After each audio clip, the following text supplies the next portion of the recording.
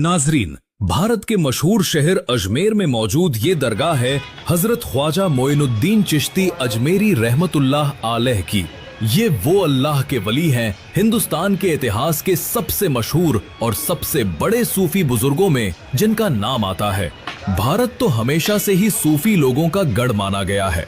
ख्वाजा मोइनुद्दीन चिश्ती अजमेरी, जिनको आमतौर पर हजरत ख्वाजा गरीब नवाज के नाम से भी याद किया जाता है, उनके बारे में कई इतिहासकारों ने ये लिखा है कि भारत के पूरे ही इतिहास में शायद ही कोई दूसरा ऐसा वली देखने को मिला होगा कि जिसने इतने कम वक्त में इतने बड़े लेवल पर और इतने ज्यादा लोगों के ऊपर अपने इन्फ्लुएंस को फैलाया हो।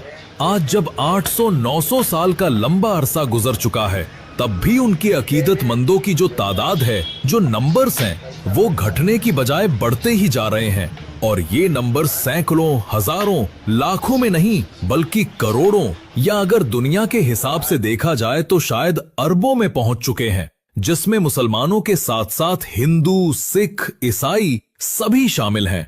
मगर अब सवाल ये है, आखिर कौन थे ये ख्वाजा गरीब नवाज? भारत कब, कैसे और क्यों आए थे? भारत से हजारों किलोमीटर दूर रहने वाले ख्वाजा गरीब नवाज ने अपने सपने मतलब के ख्वाब में ऐसा भी क्या देख लिया कि जिसकी वजह से उनको ना सिर्फ फौरन भारत आना पड़ा, बल्कि भारत आकर उन्होंने भारत के इतिहास और भारत के फ्यूचर को हमेशा हमेशा के लिए बदल कर रख दिया। तो चलिए आपके इन सारे ही सवालों के जवाब देते हैं।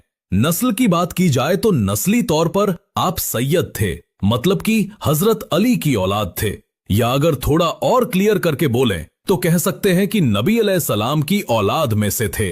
और खास बात यह है कि आप माँ और बाप दोनों की तरफ से सैयद थे। बस फर्क इतना है कि माँ बाप में से एक का शजरा तो हजरत अली के बेटे हजरत इमाम हसन से जुड़ता है, तो वहीं दूसरे का शजरा हजरत अली के दूसरे बेटे हजरत इमाम हुसैन से जुड़ता है। आपकी जो माँ थी, मतलब वालिदा थी, उनका नाम हुआ करता था माहनूर बीवी, और ये जो हजरत माहनूर बीवी थी, ये एक हद से ज्यादा नेक औरत थी। और इनके जो फादर हुआ करते थे, उनका नाम था दाऊद अब्दुल्ला।